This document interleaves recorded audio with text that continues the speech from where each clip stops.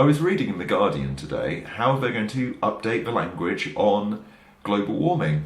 It's not going to be global warming anymore, it's going to be global heating, which does kind of sound slightly strange to my mind anyway. I always sort of picture that as kind of a load of heaters, those space heaters you sometimes find, those sort of little standalone gas ones. I kind of picture them kind of coming down on parachutes into a desert. That's the picture it puts into my mind. Obviously, they have a different intent there. But also, it's not climate change, it's also a climate crisis. That's mirroring the language used by the Labour Party, the Pope, and the EU now. So, what else are they changing? It's not going to be fish populations, it's going to be fish stock, it's not going to be biodiversity, it's going to be wildlife. And it's generally spicing things up and making them a bit more alarmist, a bit more activistic. Now, do I think this will actually have any benefit to the climate? No, it will just balkanise people more. You'll have more of these extreme viewpoints by which people congregate around. You've got ideas. They had recently in a tiny little place called Guernsey where I live, they actually had a number of politicians sign up to something which made the Green New Deal look unambitious.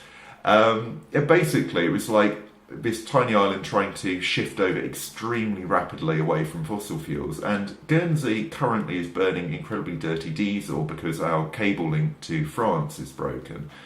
And this is a problem from climate change. But even if the cable was mended, we'd just be drawing from a French grid. Luckily, they've got plenty of capacity because it doesn't make sense to wind down nuclear power stations. It makes a lot more sense to keep them running at their optimal efficiency all the time. So they've often got spare power which they sell on. We take advantage of that, and it being nuclear, it's low carbon. So we can then claim to be a low carbon economy despite the fact we've done nothing to actually bed that into the system. I'm absolutely all for people insulating their homes and making themselves more efficient if for no other reason it lowers the bills, but I personally think that the science is fairly clear that we are warming the climate.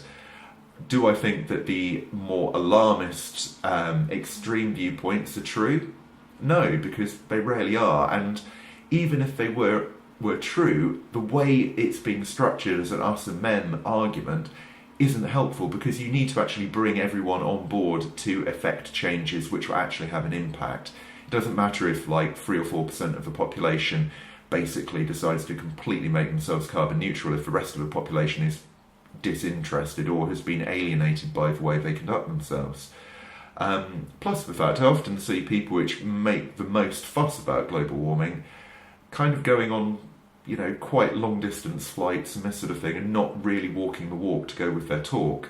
So I personally think that this move towards more extreme language is not actually in the service of environmentalism, or at least to have a good custodian relationship with the planet, because we can choose what we want to do with it. And I personally think we should have a nice environment, because I think getting out in the wild, being real and natural and native to our planet is important to us, both for our mental health and our physical well-being. But I think this inflammatory language is just going to drive more and more people into extreme camps. You're going to get one group which it becomes an article of faith that global warming is a myth, it's a conspiracy formed by the New World Order and the reptilian people, and at the other end you've got a group which seems to want to cull people because they're carbon sources. Neither group is sane, neither group is reasonable, and ultimately I really think that we need to kind of get around a common consensus where we can actually gradually bring in those technologies and changes to lifestyle which will allow us to have an advanced state which has many benefits. For example, as you get more and more sort of Western developed countries, you're going to get lower and lower birth rate. Eventually you're going to have the population come to a stable point and then start to decline, as is already happening in the advanced economies of the world. As that spreads throughout the world, that's going to happen even more. Indeed, it looks that the predictions of population is never going to tip over 12 billion, so therefore it's going to start to decline after that. So if we get over that hump, we should be fine with the developing technologies. Of course we can push them quicker, and we should. A lot of these technologies have great advantages to just improve people's lives, and generally speaking, if you lift people in the poorest, most wretched circumstances up, they are going to be one, beneficial to the planetary economy, but also they're going to then not have as many children, and that will eventually lead to a more sustainable carrying capacity on Earth. Plus the fact we've got access to so many resources up in space. As those get accessed, we can start to really, change things up. You could have orbital rings, for example, which would allow you to move a lot of industry and even housing and stuff potentially off planet. You could even break the entire planet down into, effectively a shell world, where you could have entire layers with more than the surface area of the Earth completely devoted to nothing but completely wild parks. So you could eventually end up with vastly more nature than we currently have if we use that technology in a kind of utopian and or even not utopian. I mean, a fraction of a type 1 civilization is still so much that you can effectively afford to have an entire planet given over to sort of wildlife. It's amazing what we can potentially do in the future if we choose to do it. And I think you're more likely to get these optimistic scenarios happening if we can actually talk and not balkanise into separate camps with the most extreme language. And I think this article from The Guardian kind of sums it up, really. It's a retreat into the furthest corner rather than a march to the centre, which I think would be more profitable for the environmental movement. But not only that, more profitable for general discourse and the ability to do collective projects, which ultimately fixing any form of climate change or environmental crisis or planetary catastrophe requires. And I think this is just another example of the left increasingly moving to the fringe rather than coalescing around the centre. And I view that as unfortunate.